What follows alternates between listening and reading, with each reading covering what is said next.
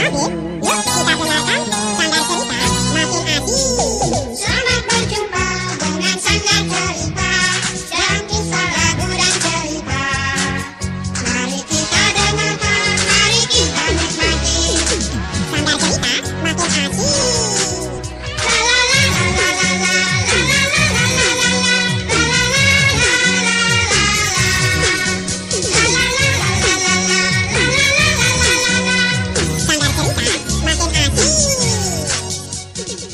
Adik-adik yang manis, selamat berjumpa lagi dengan Sanggar Cerita. Nah, inilah sebuah cerita menarik untuk kalian. Judulnya adalah Asal-usul Majapahit.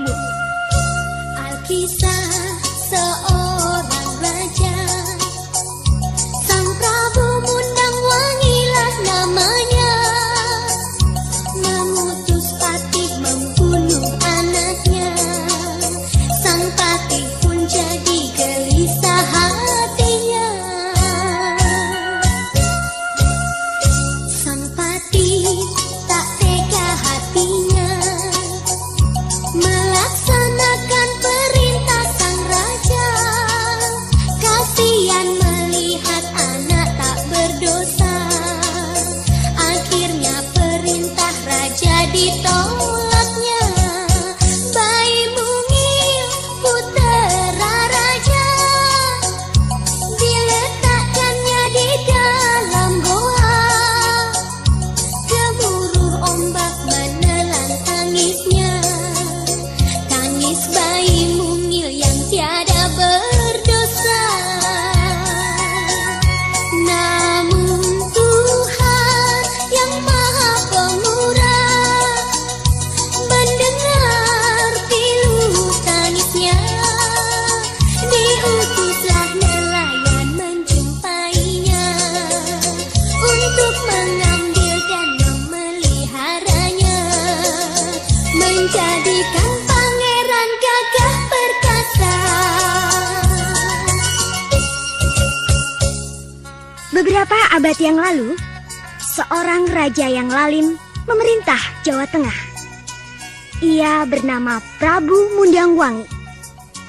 Pada suatu hari, raja itu mengunjungi seorang pertapa untuk meramal nasibnya. Pertapa itu memang terkenal di negerinya karena ramalannya banyak yang tepat.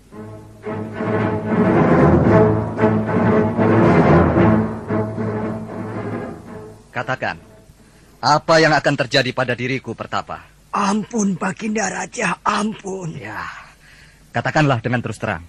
Hamba mohon Baginda tidak kecewa. Karena apa yang hamba lihat ialah sesuatu yang mungkin tidak Baginda inginkan. Hah? Apa itu?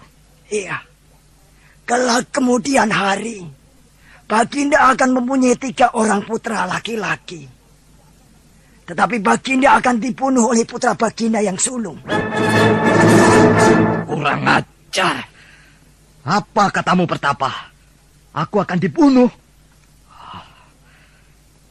Kelak, aku akan punya 3 orang anak laki-laki. Dan aku akan dibunuh oleh anakku yang sulung, begitu? Benar, Baginda. Ramalan apa itu? Kau berani mempermainkan aku, seorang raja? Ampun, Baginda. Bukan itu maksud hamba. Pertapa, kuperintahkan kepadamu untuk segera meninggalkan negeri ini. Baik, Paduka. Cepat! Baik.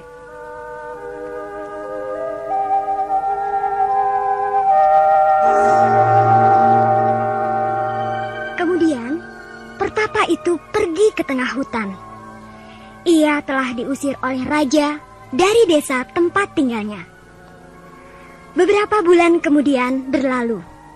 Ketika permasyuri benar-benar melahirkan seorang putera, seluruh penghuni istana bergembira. Lebih-lebih permasyuri sendiri yang telah lama merindukan kehadiran seorang putera. Tetapi lain halnya yang dirasakan Paduka Raja. Ia cemas dan takut. Maka tanpa ragu-ragu ia merencanakan niat jahatnya. Dayang. Hamba yang mulia. Malam ini, permaisuriku sedang tidur nyenyak. Demikian pun putraku yang masih bayi. Iya, Ada apa yang mulia memanggil hamba malam-malam begini? Ambillah putraku dan serahkan kepadaku sekarang juga.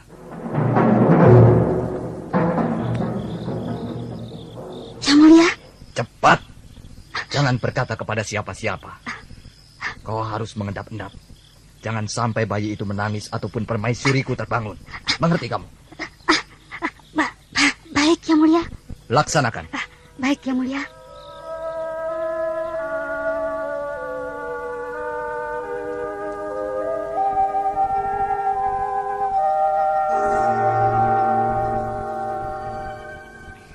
Karena takut, Dayang itu terpaksa melaksanakan perintah raja. Ketika permaisuri sedang tidur nyenyak, ia mengangkat dan menggendong bayi itu dan menyerahkan kepada raja. Lalu, raja menyerahkan bayi itu kepada seorang patih yang dipercaya untuk membunuh putranya. Ayo, gendonglah anak ini. Bawalah ke pantai. Untuk diapakan, Paduka? Bunuhlah dia. Oh, Buanglah ke laut atau terserah mau diapakan. Pokoknya anak ini harus mati. Paduka. Mengapa Paduka begitu tega terhadap darah daging Paduka sendiri? Kau tidak tahu apa yang akan terjadi, bukan? Mengapa, Paduka?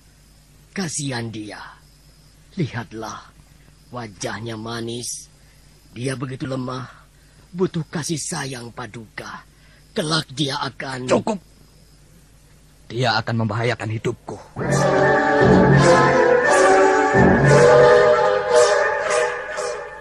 Membahayakan. Dia akan menjadi pemuda yang tampan. Menjadi putra mahkota yang... Kurang ajar. Itu dia. Kau berani menolak perintahku? Ampun, Paduka. Ingat, sekarang juga aku bisa memanggil Alkuju untuk menyeretmu ke penjara atau memenggal kepalamu. Oh, baik.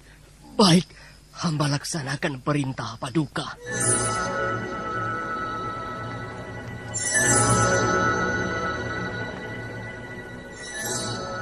Di tengah malam yang dingin, patih itu menggendong bayi yang tak berdosa itu dengan perasaan tidak menentu. Ia berjalan menuju ke pantai. Perjalanan itu sangat jauh dan melelahkan. Ketika ia sampai di pantai, ia melihat ombak yang besar dan menakutkan menghempas karang. Ia lalu mendekat bayi mungil itu di dalam dadanya.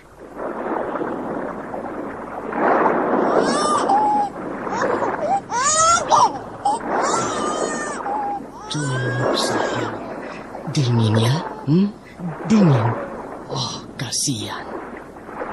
Oh, Nyai Blorong, penguasa lautan. Dengarkanlah permohonanku. Tunjukkanlah padaku apa yang harus kulakukan terhadap anak kecil yang tak berdosa ini. Paduka Raja telah memerintahkan aku supaya aku membunuh anak ini. Aku tidak sanggup, tidak tega. Kasihan anak malang ini. Oh, Juli sayang. Juli. Jangan menangis, sayang. Tolonglah, tunjukkanlah padaku apa yang harus kulakukan.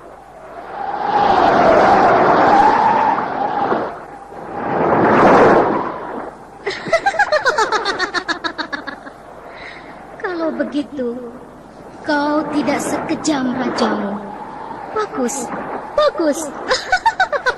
Oh, Nyai Blorong. Sekarang letakkanlah anak kecil itu di dalam gua manapun yang bisa kau temukan di sepanjang pantai ini. Oh ya? Kemudian, kembalilah menghadap rajamu dan katakanlah kepadanya bahwa kau telah melaksanakan perintahnya. Ia akan senang dan tidak akan bertanya apa-apa lagi kepadamu. Terima kasih, Nyai Blorong. Jangan takut. Putra raja itu akan selalu kulindungi dari segala mara bahaya. Nah, pulanglah.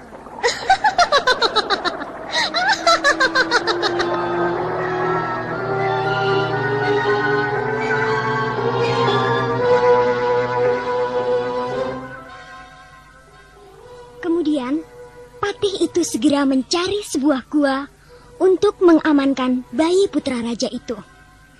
Setelah menemukan, ia lalu meletakkan bayi itu di dalamnya. Dengan perasaan was-was, ia kembali menghadap raja.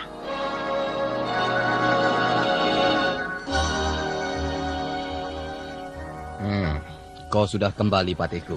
Paduka Raja, hamba telah melaksanakan perintah Paduka dengan sebaik-baiknya. Jadi bayi itu sudah kau bunuh? Sudah, Paduka. Bagus sekali. Sekarang kau boleh pergi.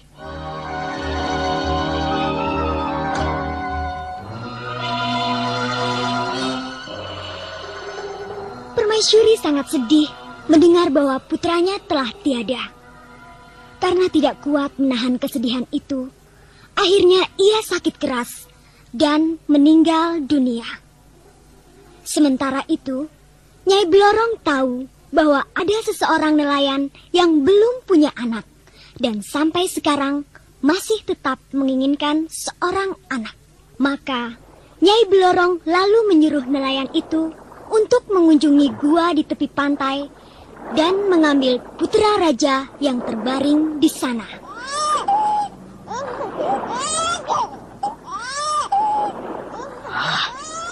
Itu dia suara anak menangis.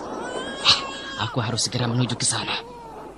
Kelihatannya dia ada di dalam gua itu.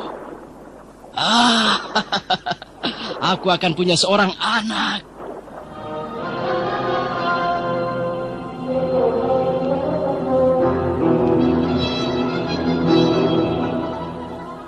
Setelah beberapa bulan berlalu, Prabu Mundangwangi telah melupakan kesedihannya dan menikah lagi. Permaisurinya yang baru ini adalah seorang putri raja dari Pajajaran. Dari hasil pernikahan itu, mereka dikaruniai 2 orang putra lelaki. Yang sulung bernama Pangeran Tanduran dan yang bungsu bernama Arya Babangan. Prabu Mundangwangi sangat bangga dengan kedua putranya ini. Ia tidak khawatir lagi dengan ramalan pertapa yang lalu. Tetapi, walaupun raja ini bertambah tua, ia tetap saja kejam. Malah, kedua putranya ini juga punya watak yang sama seperti ayahnya. Sebaliknya, anak yang kini dipelihara nelayan di gubuknya sangat berbeda perangainya. Selain tampan, anak itu rendah hati dan baik budi. Oh, dia mirip seorang pangeran. Lihatlah wajahnya, kulitnya, cara bicaranya, dan cara berjalannya. Iya. Mungkin dia sebenarnya putra raja yang telah diculik oleh musuh ayahnya dan dibuang di dalam gua. Iya, lalu bagaimana, Pak? Jangan-jangan kita nanti dituduh menculik anak itu. Tapi semua itu belum tentu, Bu. Kita harus tanya dulu kepada seorang pertapa yang pandai meramal. Apa kira-kira yang akan terjadi begitu, Bu? Nelayan itu lalu mengunjungi seorang pertapa. Tetapi pertapa itu tidak mau menceritakan sesuatu tentang keturunan, siapa atau dari mana asal anak itu. Ia hanya mengatakan, "Bawalah anak itu ke Pajajaran dan biarkanlah dia belajar ilmu yang pantas dipelajari oleh seorang pangeran. Jadikanlah dia seorang pandai besi yang ulung. Hanya itu yang bisa kukatakan kepadamu."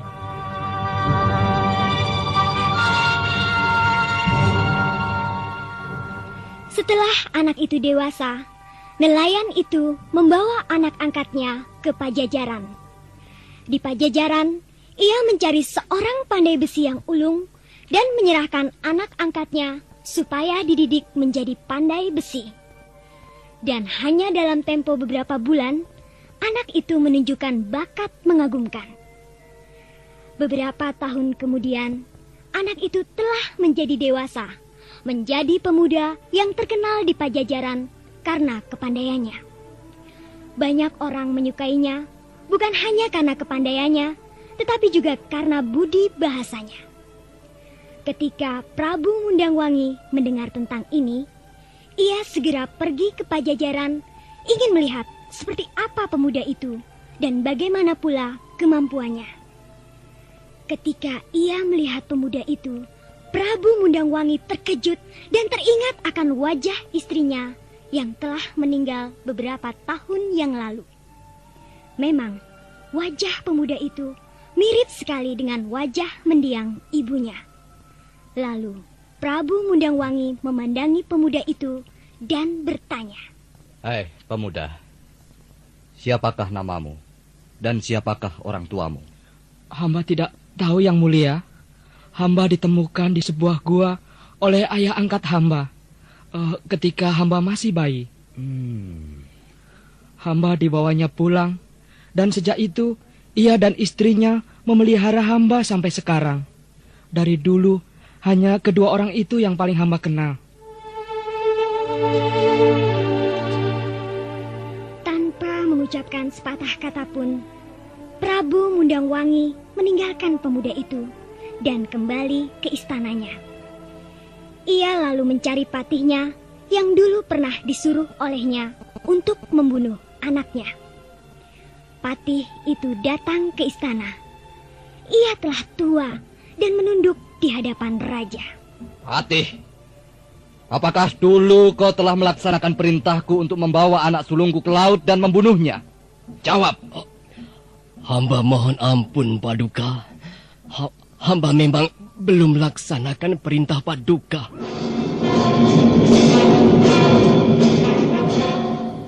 Apa? Memang hamba membawanya ke laut, tetapi hamba tidak sampai hati membunuhnya. Berdebah. Jadi kau menipu aku, Patih. Ampun, Paduka. Hamba tidak membunuhnya. Hamba tidak tega. Hamba hanya... Bodoh! Tolol! Hai, pengawal! Daulat Paduka. Tangkap orang ini dan penjarakan dia. Daulat Paduka. Ampun, Paduka. Hei, Patih. Patih yang tidak setia. Ampun. Kau akan merasakan hukumanku. Dan kau akan mati. Ampun. Adik-adik, Patih itu lalu dihukum mati. Selanjutnya, Prabu Mundangwangi lalu memanggil nelayan yang telah memelihara putra sulungnya dan membuatnya mahir di bidang pandai besi.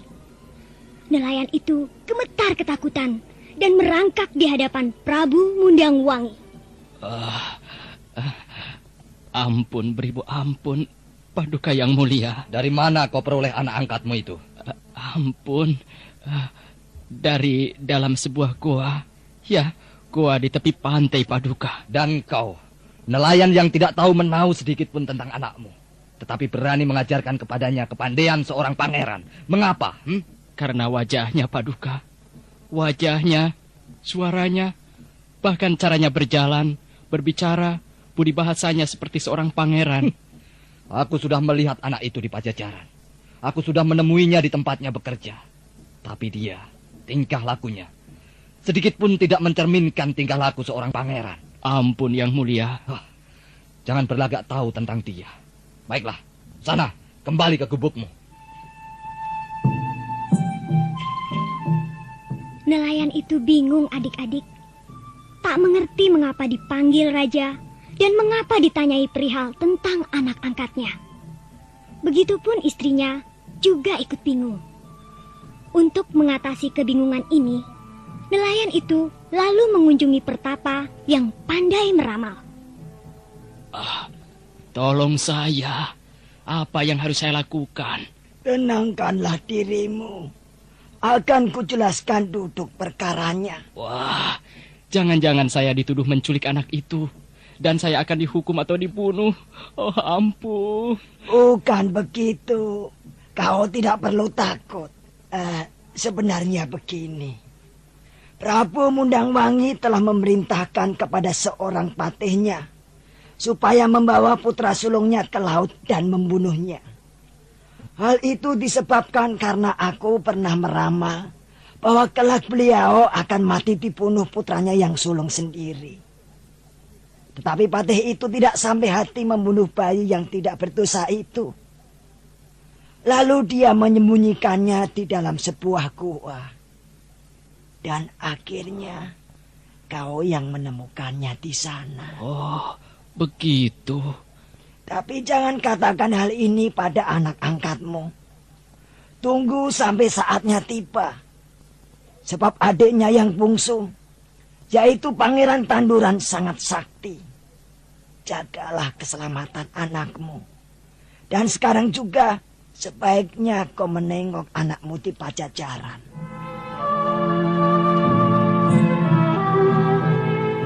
Nelayan itu segera menuju Pajajaran. Ketika nelayan itu sampai di Pajajaran untuk menengok anaknya, ternyata Prabu Mundangwangi sudah lebih dulu berada di sana. Raja itu telah tahu bahwa pemuda pandai besi itu anak kandungnya. Dan tahu pula bahwa ia membahayakan hidupnya. Raja menanyakan perihal kandang macan yang dipesannya. Kandang macan ini maksudnya untuk menjebak sang pemuda dan membunuhnya. Apakah kau yakin kandang macan ini cukup kuat untuk mengurung 2 ekor macan? Bahkan untuk 10 macan sekalipun, kandang ini tidak akan rusak, Paduka. Tapi sebelum aku membayar pesanan ini, kau harus mengecek ke dalam sekali lagi. Barangkali ada kekurangannya. Kau belum tahu persis seberapa kekuatan macan itu, bukan? Tetapi tiba-tiba ayah angkat pemuda itu berbisik. Hati-hati, jangan masuk. Dia membencimu. Mintalah supaya beliau juga masuk ke dalam menyertaimu. Hei, bisik-bisik apa kau ini? Tahukah kau, aku bisa membunuhmu karena kau lancang. Pergi. Kau datang tidak kuundang. Ampun, Yang Mulia. Tutup mulutmu. Pergi. Siapa sebenarnya orang yang diusir itu? Entahlah, kelihatannya seperti orang yang dikenal cukup dekat oleh pemuda itu. Mungkin. Lihat, dia tidak segera beranjak dari tempatnya. Oh, nekat dia. Dia kembali lagi. Ayo pemuda, masuklah ke dalam kandang macan ini dan periksalah keadaan di dalamnya. Tetapi Paduka sendiri belum memeriksa ke dalam. Alangkah baiknya jika Paduka juga ikut memeriksa ke dalam. Kenapa? Karena gerendel kuncinya ada di dalam. Ada di dalam. Baiklah. Tanpa curiga sedikit pun, Prabu Mundangwangi lalu masuk ke kandang macan itu. Tetapi tiba-tiba ayah angkat pemuda itu maju ke depan dan menutup gerendel kuncinya dari luar. Rasakan, ini upahnya bagi raja yang kejam.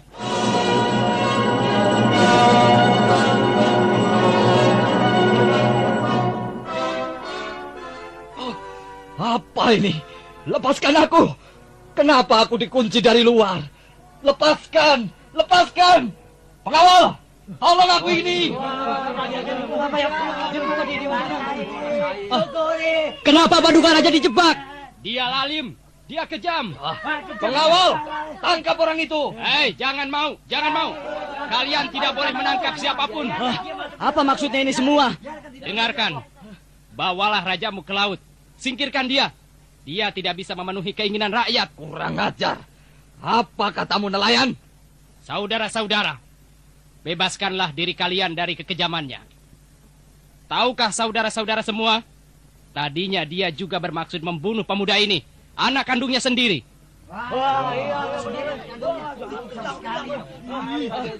Memang dia kejam. Kandang macan yang dipesannya itu sebenarnya juga untuk menjebak anak kandungnya. Tapi dia sendiri kejeblos di dalamnya. Ya, benar. Akhirnya senjata makan tuan. Ya, siapa yang salah, pantas mendapat hukuman yang setimpal. Hidup pangeran! Hidup nelayan! Yang telah menyelamatkan putra mahkota dari kekejaman ayahnya sendiri. Hidup Brawijaya Ciwanara! Hidup Brawijaya Ciwanara! Hidup pangeran!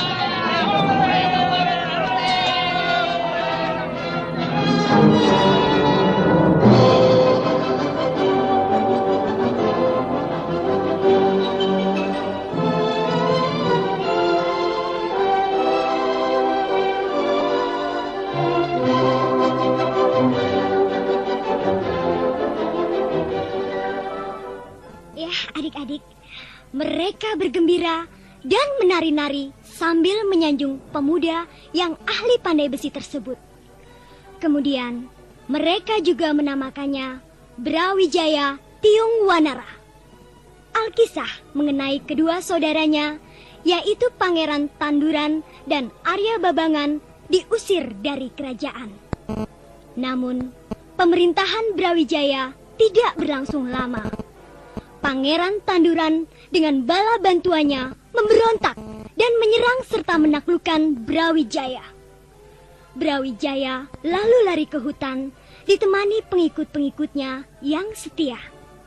Di hutan, mereka kehabisan makanan dan tidak menemukan pohon buah-buahan yang buahnya bisa dimakan.